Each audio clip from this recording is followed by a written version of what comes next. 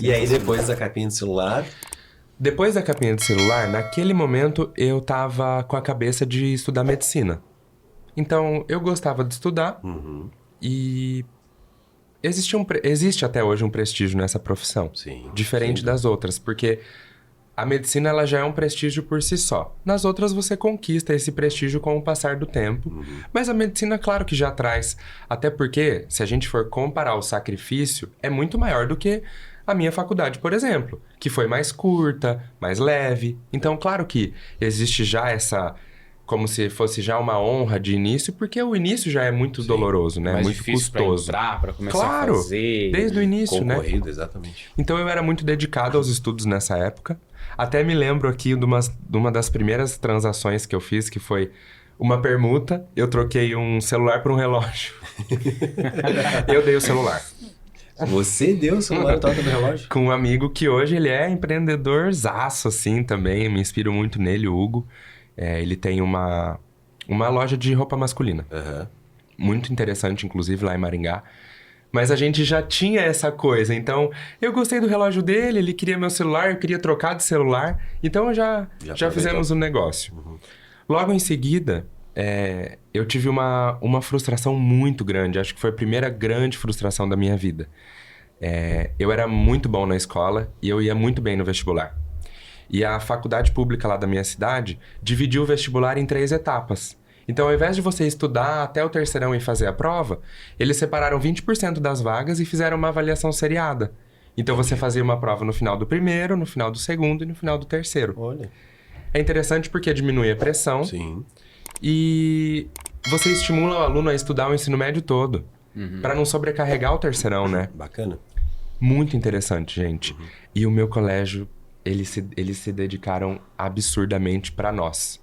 Então, uns 3 meses antes da prova, a gente tinha aula gratuita todo dia à tarde, para quem queria ir. Reforço.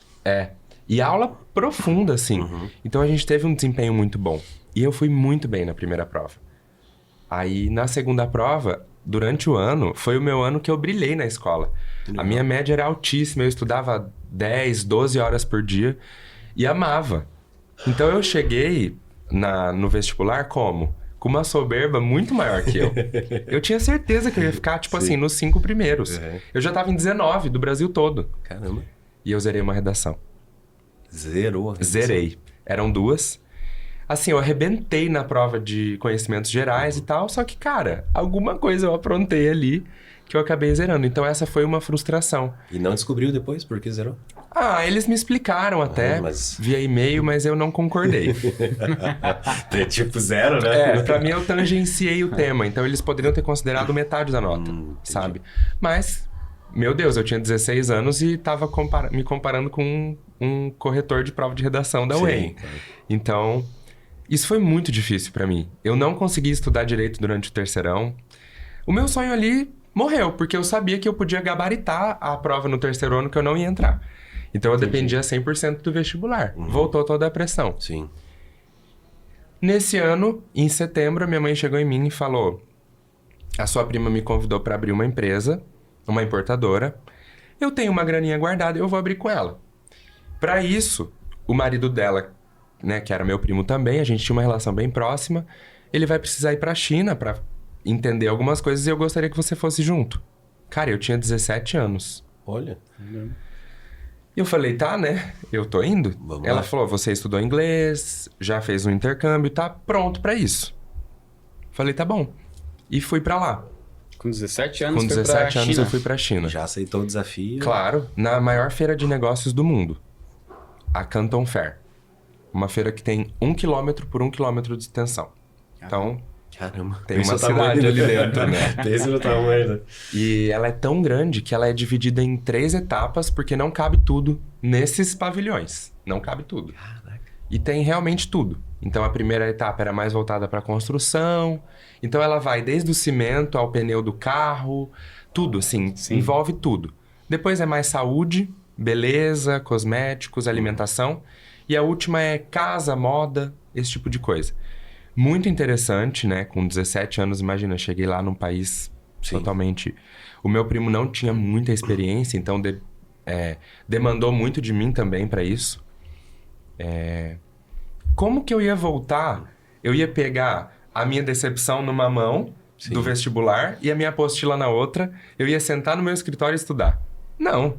Acabou pra mim a medicina. Sim, medicina. Aí eu voltei e falei, eu vou fazer comércio exterior. Não quero mais saber de medicina. Faltando um mês pro vestibular. Ficou quanto tempo lá? 16 dias. 16 a primeira dias. vez. E era nicho do que Que eu fui ver? Que a ideia Na verdade, a gente foi entender o negócio. Conhecer o negócio. A gente queria entender mais sobre pneu. Sim. Mas a gente foi entender como é que é. Aí eu Sim. voltei vendo a viabilidade disso e a inviabilidade do pneu. Porque a gente ia ter que investir mais de 1 milhão para começar no pneu. Aí não tínhamos essa grana.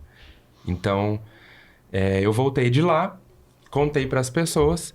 E quem eu senti que realmente me apoiou em largar a medicina, que nem era medicina, né? Era só uma vontade, foi a minha mãe. Olha. As outras pessoas ficavam tipo... Ai, mas você vai fazer administração, sabe? Um curso tão massa, medicina. E você vai largar para estudar produto, preço, prazo, promoção, Sim. sabe?